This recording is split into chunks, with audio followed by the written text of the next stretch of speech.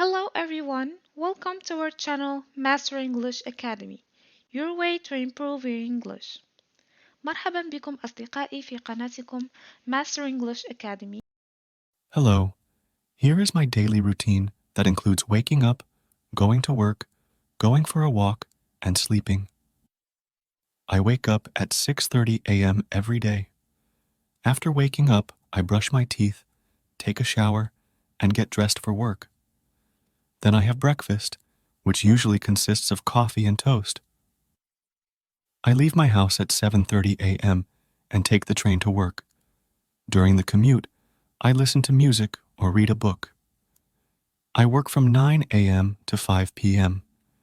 I take a lunch break at noon and usually eat a sandwich or salad. After work, I go for a walk in the park. I enjoy the fresh air and the scenery. I have dinner at home. I usually cook something simple like pasta or rice. After dinner, I relax by watching TV or reading a book. I go to bed at 11 p.m. every night. Thanks for watching.